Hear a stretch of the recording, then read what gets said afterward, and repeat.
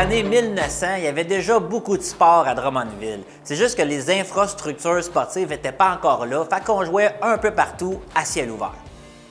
En 1910, les frères de la Charité enseignaient le hockey à leurs élèves pour leur inculquer la discipline et par la bande, la religion.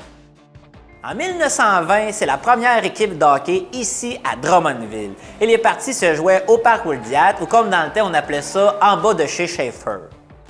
Dans ces années-là, ils ne jouaient pas une saison, c'était juste des parties d'exhibition. Ce qui était vraiment drôle, c'est qu'ils jouaient leur game, puis là, après leur game, les conjoints venaient les rejoindre sur la glace, puis là, ils patinaient main dans la main jusqu'à minuit. Des vrais romantiques. Il y a même eu un match d'organiser avec des sourds et muets. Puis là, pendant la game, quand l'entraîneur a reçu son cachet, tout d'un coup, les gars ont recommencé à parler et à entendre. Un miracle!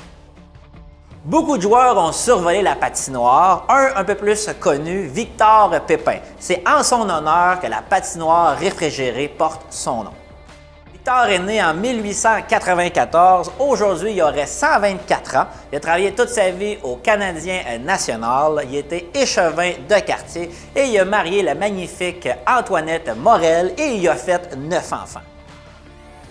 Un de ses enfants très connu est Bob Pépin. Bob était un excellent joueur de hockey. Il a failli faire le Canadien de Montréal. Après sa carrière, il est revenu à Drummondville comme éducateur physique et même par la suite, c'est un des premiers joueurs analystes, même s'il n'a pas joué dans la Ligue nationale, parce qu'il était analyste à la soirée du hockey.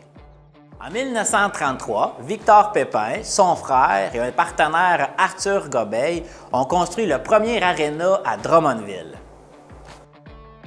L'aréna était située sur la rue d'Orion, aujourd'hui la rue des Écoles. C'était fait complètement en bois avec un toit en tôle. On pouvait asseoir 2000 personnes et 400 personnes debout.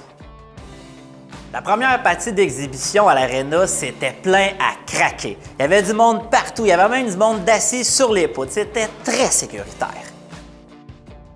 La légende dit qu'il faisait fret là-dedans. Ça avoisinait le point de congélation. Il y avait même du monde qui apportait leur chaufferette ou leur petit flasque d'alcool.